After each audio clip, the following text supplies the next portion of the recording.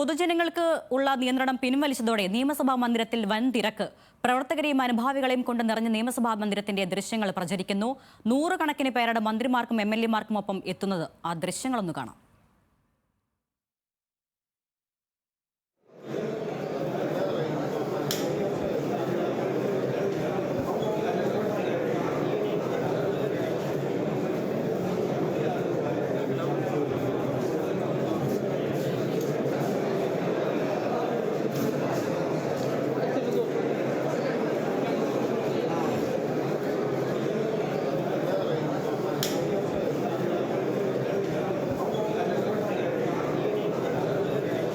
അർജുൻ രാജിലേക്ക് പോകാം. അർജുൻ, ഈ കഴിഞ്ഞ സർക്കാരിന്റെ കാലത്ത് പൊതുജനങ്ങൾക്ക് ഇത്തരത്തിൽ സഭയിലേക്കുള്ള പ്രവേശനവുമായി ബന്ധപ്പെട്ട് അത്യാവശ്യം നിയന്ത്രണങ്ങളൊക്കെ ഉണ്ടായിരുന്നു. ഇന്നിപ്പോൾ ആ നിയന്ത്രണം പിൻവലിച്ചപ്പോൾ അനുഭാവികളും പ്രവർത്തകരും കൂട്ടമായി ഇങ്ങനെ ഒരു പൊതുസ്ഥലം പോലെ സഭയിലേക്ക് എത്തുന്ന കാഴ്ചയാണ് കാണുന്ന ദൃശ്യങ്ങളിൽ.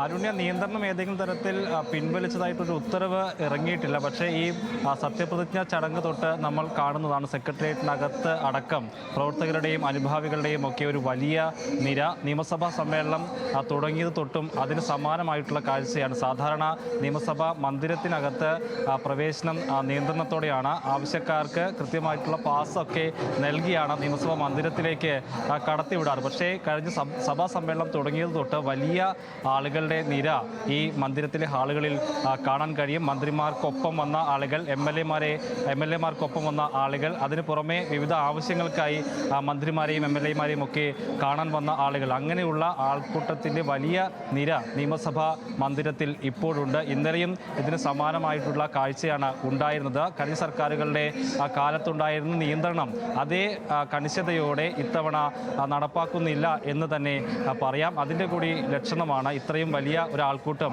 നിയമസഭാ മന്ദിരത്തിൽ ഒന്നാകെ ഉള്ളത്. അതിൽ വിവിധ ആവശ്യങ്ങൾക്കായി മന്ത്രിമാരെ കാണാനും MLA-മാരെ ഒക്കെ കാണാൻ വേണ്ടി എത്തുന്ന ആളുകളുണ്ട്. മന്ത്രിമാരുടെ ഓഫീസിന് മുൻപിലൊക്കെ വലിയ ജനക്കൂട്ടത്തെയാണ് ആ ദൃശ്യങ്ങളിലൊക്കെ നമുക്ക് കാണാൻ കഴിയുന്നത്. അതിനൊപ്പം തന്നെ കഴിഞ്ഞ 10 വർഷമായി നിയമസഭ അധികാരത്തിലില്ലാത്ത UDF അനുഭാവികളായിട്ടുള്ള ആളുകളൊക്കെ നിയമസഭ കാണാൻ വേണ്ടിയും സഭാ സമ്മേളനം കാണാനും ഒക്കെ എത്തിയിട്ടുണ്ട് എന്നുള്ളതാണ്. വലിയ നിയന്ത്രണം കഴിഞ്ഞ സർക്കാരുകളുടെ കാലത്ത് ഉണ്ടായിരുന്നു.